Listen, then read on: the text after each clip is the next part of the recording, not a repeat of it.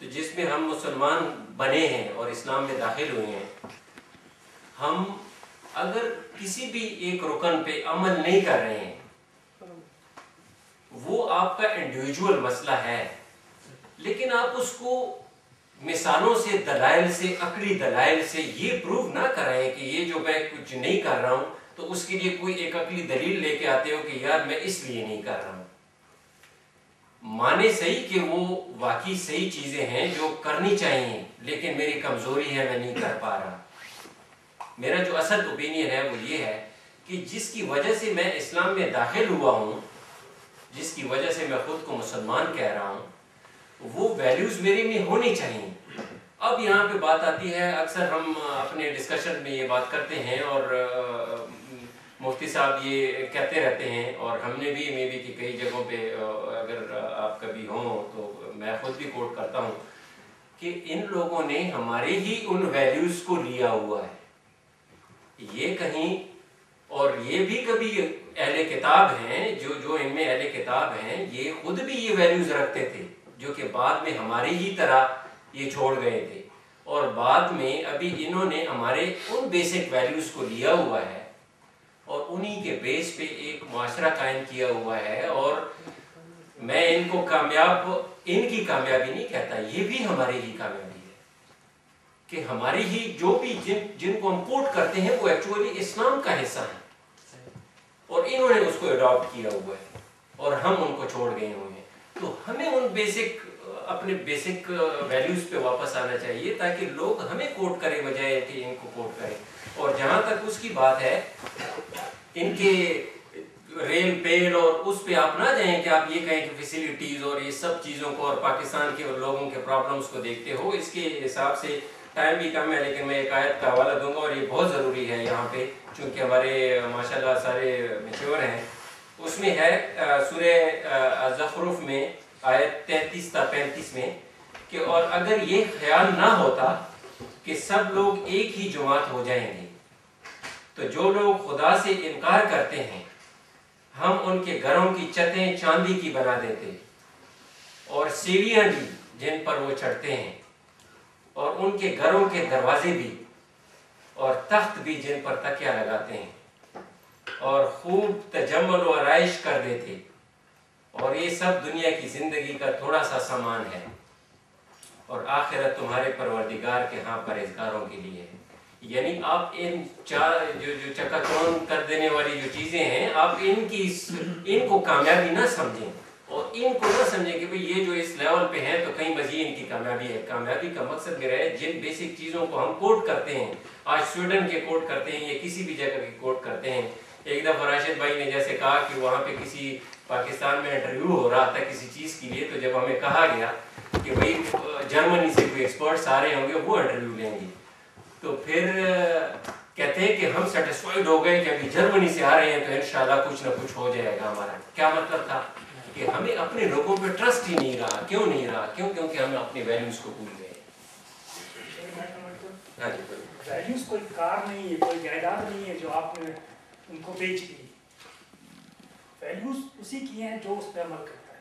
اگر ہم عمل نہیں کرتے تو ہماری ویلیوز نہیں۔ میرا مقصد یہ ہے کہ جو مقصد آپ یہ جو سوسائٹی جن ویلیوز کے اوپر عمل کرتی ہے وہ انہیں کی، آپ یہ نہیں کہہ سکتے کہ جی یہ اسلامی ویلیوز تھی اور انہوں نے لی۔ یہ کوئی اس طرح کی پراپرٹی نہیں ہے کہ آپ نے بیچ دی اور آپ کے پاس ختم ہو گئی۔ لیکن ہم نے پابندی بھی کسی پہ نہیں لگائی کہ ہماری ویلیوز کو یوز نہیں کر سکتے ہو۔ آدھے مسلمان آلریڈی ہیں، ہم انشاءاللہ مسلمان بھی یہ ہو سکتا ہے کہ ہو جائیں۔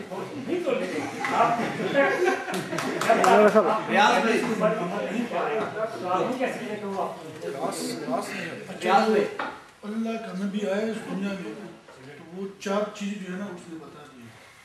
پہلا اس نے ایمانیات، اس نے ایمان بتائے، اس کے بعد جو ہے نا اخلاقیات اور عبادات اور معاملات۔ ان 4 چیزوں میں توازن ضروری ہے، یعنی حقوق العباد جو معاملات اور وہ چیزیں ہیں نا وہ بھی ضروری ہے، جو ایمانیات ہے وہ تو پریارٹی پہ ہے، اور باقی جو یہ 4 فیکٹرز ہیں نا یہ ایک لوپ ہے، تو کوئی بھی کہیں بھی کوتاہی ہو تو میرے خیال میں وہ افیکٹ کر سوسائٹی ایز انڈیویجول اسی سے جو ہے نا وہ مسئلہ ہے، لیکن اس میں بیلنس ضروری ہے.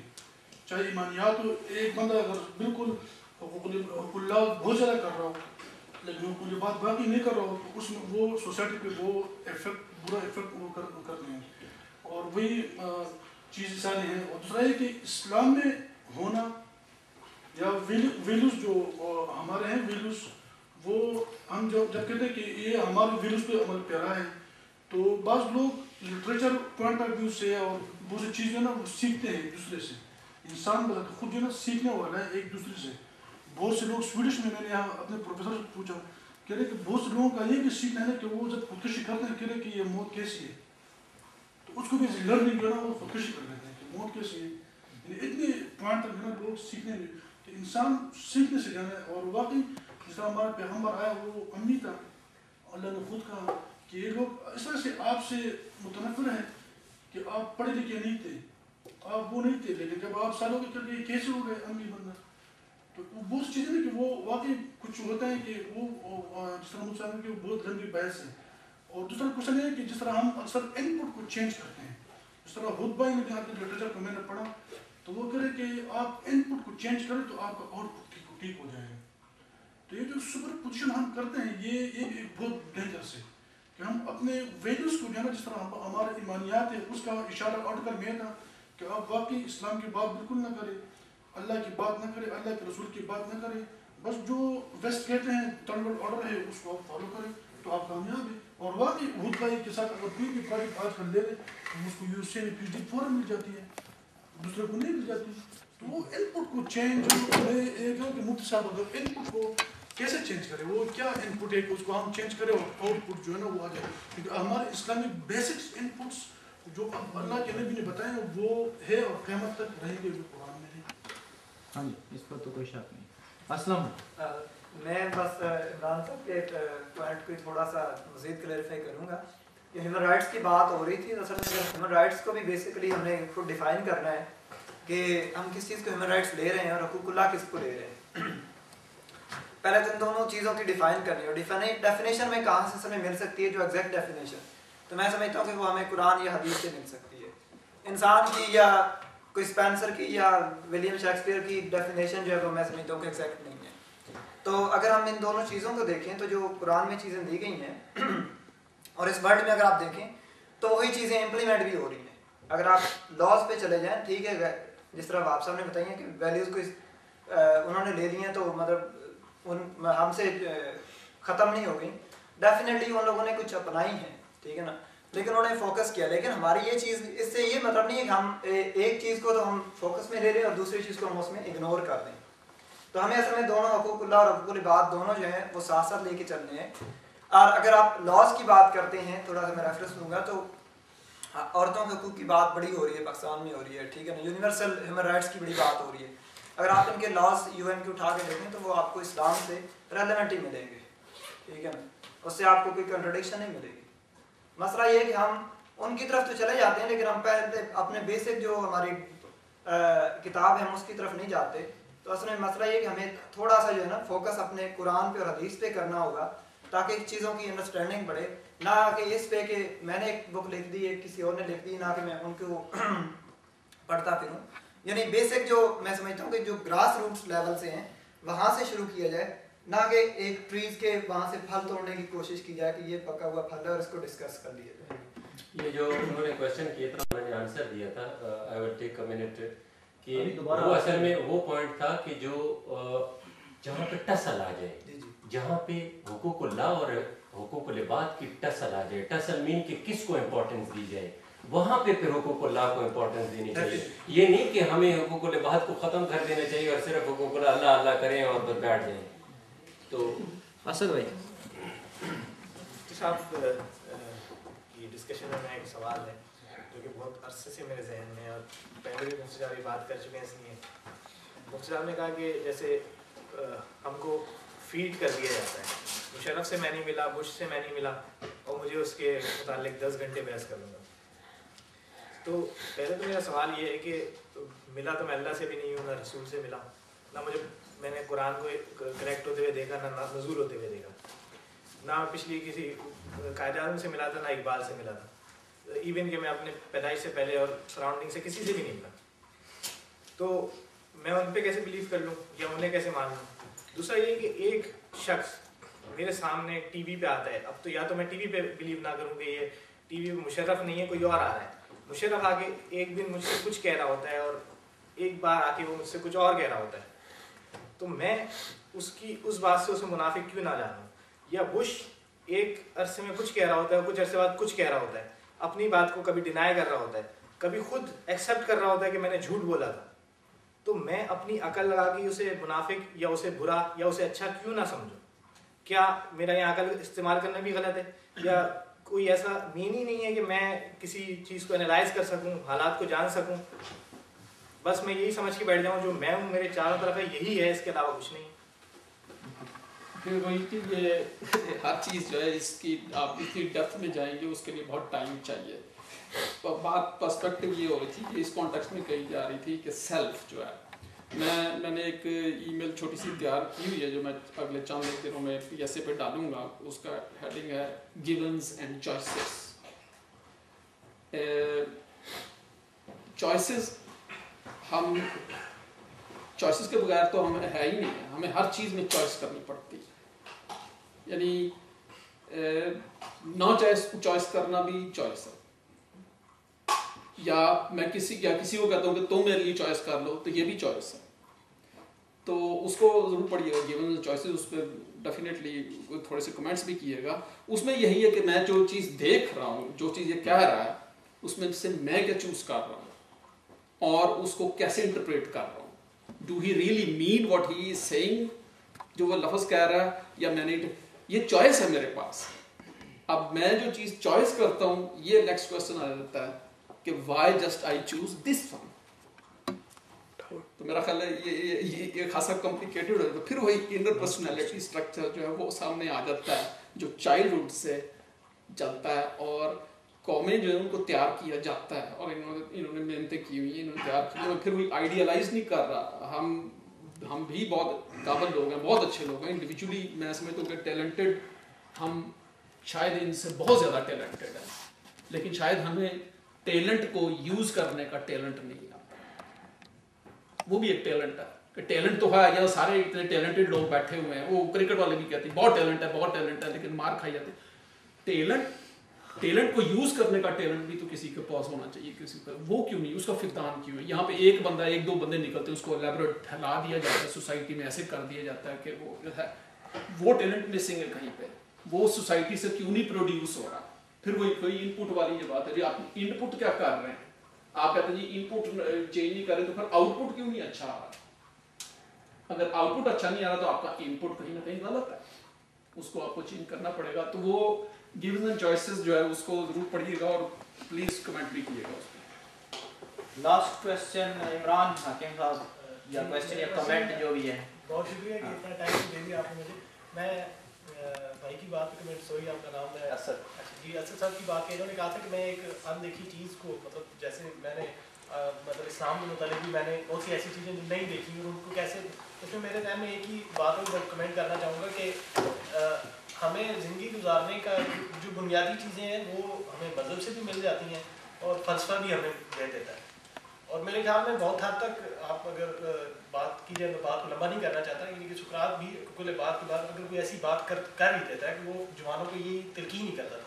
تو بنیادی طور پہ فلسفے اور مذہب میں جو فرق ہے وہ یہی ہے کہ ہم اسلام میں یا دین کی جو بات کرتے ہیں وہ ایک اندیکھی چیز پہ ہم بلیو کر رہے ہوتے ہیں، اور جس چیز میں آپ عقلی دلیل لے کے آتے ہیں پھر وہ فلسفے کی طرف لے کر جاتے ہیں. تو آپ کسی پرسنالٹی کے بارے میں جب بھی اپنا کوئی تاثر قائم کرنے کی کوشش کریں تو اس میں آپ منطق جو ہے وہ اپنی استعمال کریں. یہی میرے پاس بھی جواب ہے ابھی تک. جی، تو مفتی صاحب کا کچھ اور وہ تھا پراسپیکٹ، اس لیے میں میرا بھی یہی جواب ہے ابھی تک. اچھا، آپ نے کہا چلیں جی، ہم نے بہت بہت شکریہ. ہم نے شروع تو ٹائم سے کوئی صحیح طرح نہیں کیا، لیکن ہم کوشش کرتے ہیں کہ جو ہم نے ٹائم رکھا تھا اس کے قریب ہم اس کو ختم کریں اور کنکلوڈ کریں. اور جو بھی کسی کے کوئی کویشچن رہ گئے ہیں، مجھے فیل ہوا ہے کہ وہ بھی بھائی ہیں جن کے کویشچن کوئی رہ گئے ہیں، وہ نیکسٹ ٹائم یا انڈیویجول کو ای میل کے تھرو یا ڈائریکٹ مل بھی سکتے ہیں کسی وقت بھی، وہ آپس میں ڈسکس کریں اور اس کو کسی نتیجے پر پہنچیں یا اس کو الیبوریٹ کریں.